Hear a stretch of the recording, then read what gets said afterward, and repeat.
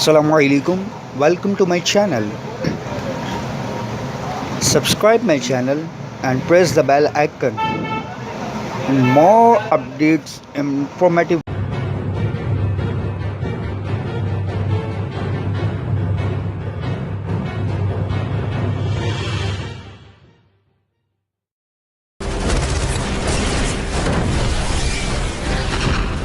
हमले को अंजाम देने से पहले रेकी की गई, टारगेट्स लॉक किए गए और फिर पाकिस्तानी सेना पर कहर बरसाया गया।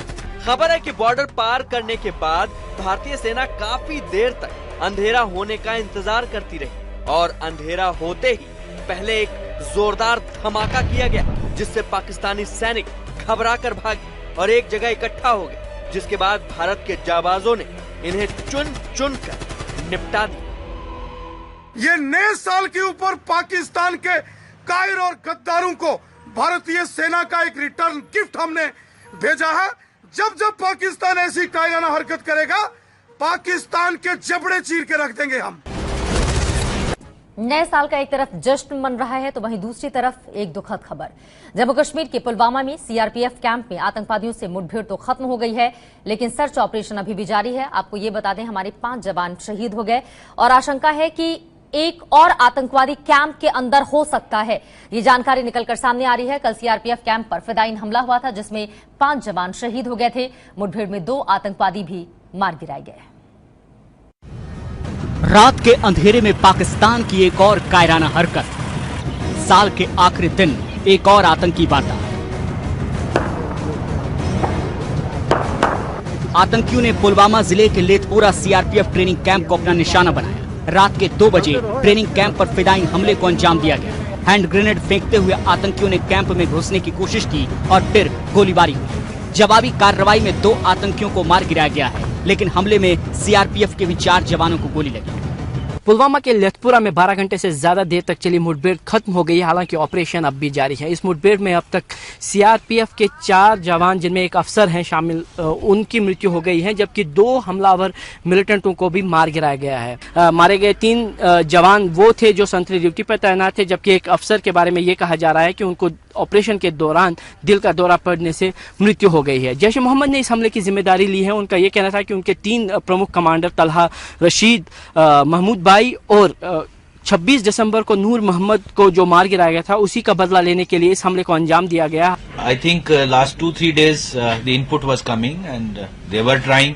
They probably did not get the right place and time earlier. So it is they struck last night. गोलियों की यह तड़तड़ाहट सभी आतंकियों के खात्मे के बाद ही थमी।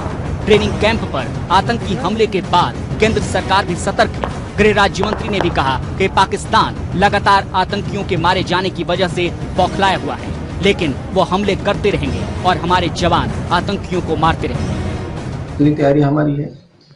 सुरक्षा बलों ने काफी हिम्मत से काम किया है, देश की रक्षा की है।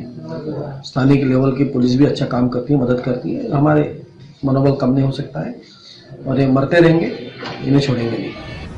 ये सच है कि हमारे बहादुर जवानों ने साल 2017 में ऑपरेशन ऑल आउट के तहत कुल 214 आतंकियों को ढेर कर दिया है, लेकिन कभी मुठभेड़ में तो कभी छिपकर कायराना हमले के चलते हमारे जवानों की भी शहादत हुई है।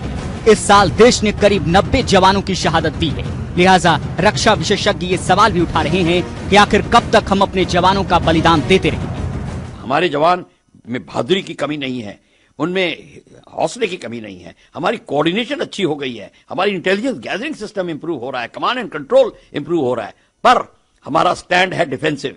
तो हम वेट करते हैं वो फिदायीन हमला करे। जो फिदायीन हमला कर रहा है वो मरने के लिए आ रहा है, वो तो मरेगा, वो औरों को मार के मरेगा। क्या हम इसके लिए रेडी होंगे? क्या हम अपने लोग शहीद होते हुए देखेंगे इस तरीके से?